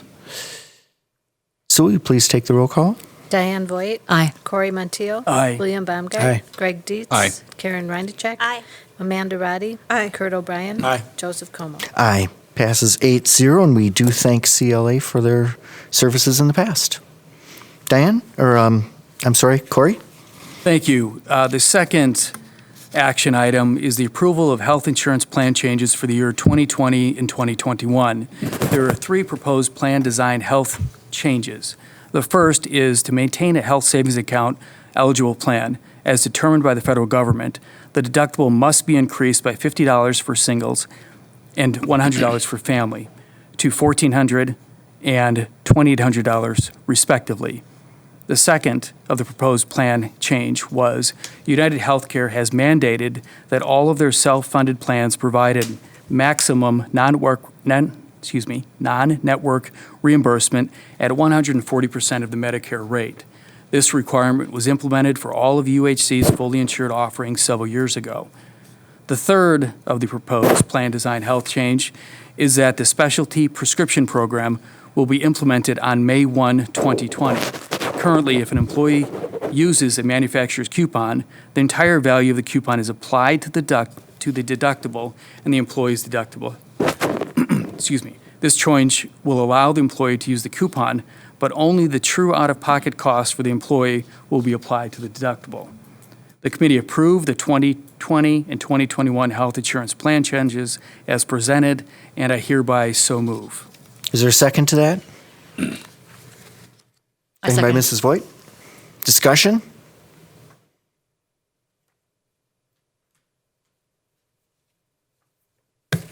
Okay, Sue, please take the roll call vote. William Baumgart. Aye. Kurt O'Brien. Aye. Amanda Roddy. Aye. Karen Reinacek. Greg Dietz. Aye. Diane Voigt. Aye. Corey Montiel. Aye. Joseph Como. Aye, passes 8-0. Corey? As mentioned, there were 4 discussion meetings at the meeting. The first is the Waukesha Employee Health Clinic. How to pronounce that? WEHC report. The current contract with the health clinic expires on December 31 of 2021. The city, county, and school district of Waukesha are preparing for an RFP for medical services. Prior to deciding on whether to continue with the current delivery model, a review of the program and other options will be undertaken by the administration. A decision will be made no later than September of 2020. The second of the 4 discussion items. This is a discussion item. Is there any comments, questions on the health clinic? Okay, Corey? Thank you. The second of the 4 discussion items is a referendum project update. Construction will start at Butler, Les Paul, and South High Schools on March 23rd. The Facilities and Finance Committee reviewed all major aspects of the plans to make sure everyone is on the same page. If there's any questions or concerns, please direct them to Darren Clark. Any questions for, yes, Mrs. Voigt? I think one of the, we had an opportunity to see a PowerPoint that outlined and shared a lot of the steps and stages of the reconstruction project this summer. I think It's under other information is the complete study. We also broke it down. There's updates for the 3 middle schools and South High School on the left-hand side. So just that portion of that presentation is under each one of those schools too. So you can, if you're interested in a specific school, you can go right to that site or see the entirety of the presentation. And rather than have the entire board participate, watch the same presentation that we saw for 45 minutes, an hour on Monday night, it's available for you to check out online. Yeah, I mean, we're just following a lot of we're just keeping on moving with greater details. Mm-hmm. I'll tell you what, if you have a chance to look at the renderings, I mean, some are in the back, but there's many more online. It's getting pretty exciting. It's starting to feel real. Now, Findorf has to actually make it happen. I would add, and I mentioned this to FNF, we're looking to do about $60 million worth of work over the next 18 months, so there is going to be issues, even though we've done a lot of planning to minimize them. So if things do come up, feel free to reach out to me or Joe Cook or Dr. Gray, and we can try to address them. Some things we will be able to address, and other things are just part of the construction process. So keep that in mind as we move ahead. I mean, we have spent a lot of time talking on safety and how things are going to work in terms of traffic flow, what areas are going to be under construction, and how to keep the students safe, and to try and plan that out so that we minimize, situations that might happen due to construction. And Findorf has a ton of experience in the educational area, so our confidence is very high with the plans as we move forward and execute those. Any other questions? I just have one comment. On Monday evening at the special board meeting, I asked Mr. Como if we could put a resolution on there approving standby letter of credit through Waukesha State Bank. The city requires this. It's not an out-of-pocket expense, but the city requires this so that when we do construction, if we don't put back make it look nice like the city has, they can charge that standby letter of credit. Waukesha State Bank has done that in resolution format, so it has to be approved by the board. We can't get permits. We can't move ahead until that is passed, and I don't think we wanted to wait a whole month now to start these projects. So I know I don't like to put resolution items on special board meetings like that, but this one is critical. So. And we wouldn't have been able to meet the 24-hour period of time to post for tonight. Right, so yeah. Anything else? Mr. Montillo? Thank you. The third of the 4 discussion items is the results of a recent enrollment study. Applied Population Laboratory of Madison provided an enrollment study with results showing both statewide and the school district of Waukesha results. The study shows a continued decline in enrollment of approximately 1.5% for the district. This information will now be used to develop a multi-year fiscal plan. Any questions or comments on that? Well, this is just super complex to be able to try and have an accurate crystal ball. But I must say, over the years, we have tried to get a handle on this. And, I think this is about as detailed as we've gotten. And I don't think we've ever used Applied Population Laboratory before, have we? No. So have you ever been exposed to them, Darren, before? Yeah, we used them. I came, so in late 15, early 16, they did the previous study that we've been working from. And normally what I do is after a couple of years, I call them and I ask, is there anything that's changed in your assumptions that require another study? And they've said no. But now we're coming up on 5 years, and at that point, they project out 10 years, but at that 5-year point, the assumptions get a little rustier. So they have been very accurate. Most, at least Southeastern Wisconsin districts used this laboratory. They're part of UW-Madison. But the one thing that is added that I haven't seen before is they do a statewide study, because a lot of times we'll get questioned, well, why is our enrollment falling? And if you look at the statewide numbers, and they break it down into a lot of different categories, that downward trend is not a Waukesha thing or a Waukesha County thing, but a statewide. And I would be fairly certain it's a national, where the birth rate's just down lower. So if you haven't had a chance to read that 42-page report, seriously, there's a lot of details there, but it helps to give us at least some information as we move forward and make future decisions. So thank you for your hard work on that. Any other comments or questions on that? Mr. Bryan? Just point of clarification, Mr. Clark. I see when reading through the report, it has a lot of confidence in the 5 years, but anything out beyond that, they kind of, sounds like it's kind of a Ouija board exercise for them. I don't know if they jump to the Ouija board, but like any projection, the further out you go, and we would just have to look for a blip. One thing I did ask them, because in my experience, and it used to be the experience here in Waukesha when we were looking at it in around 2000, is there used to be kind of a wave with enrollment, but always within kind of a band of a population. And I asked them, I said, why isn't that occurring now? And their theory, and this is a theory that it hasn't been proven scientifically, I suppose, is when the Great Recession hit in 08, families stopped having kids. They were either lost their job or financially didn't want to do it. And they said the strange thing is that since that time, they haven't started having more kids. There wasn't the boom bust kind of. They said that's the biggest surprise to them in looking. And if you look at when that happened and what years we're looking at, those kids that should have been born in that era should have been in our elementary schools right now, or even into our middle schools at this point. So take that for what you will, but I thought it was an interesting thought.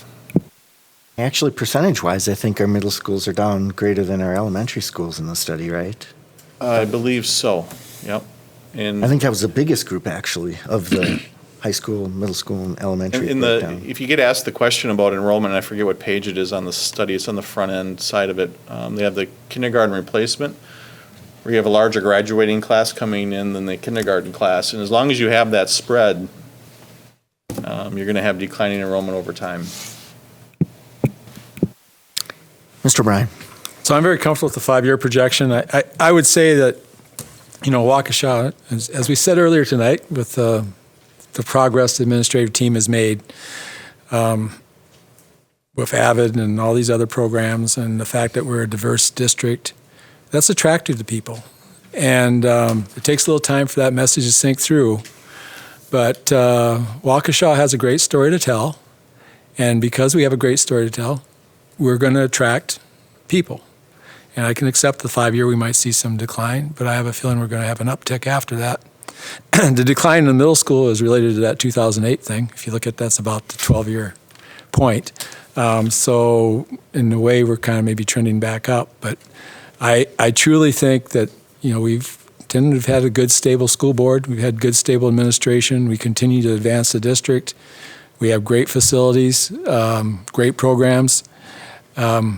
We are still going to be the shining star of the area. We're not Arrowhead, we're not Elmbrook, but we don't want to be Arrowhead and Elmbrook. We want to be Waukesha, and we're proud of that. And I believe that we will trend back up.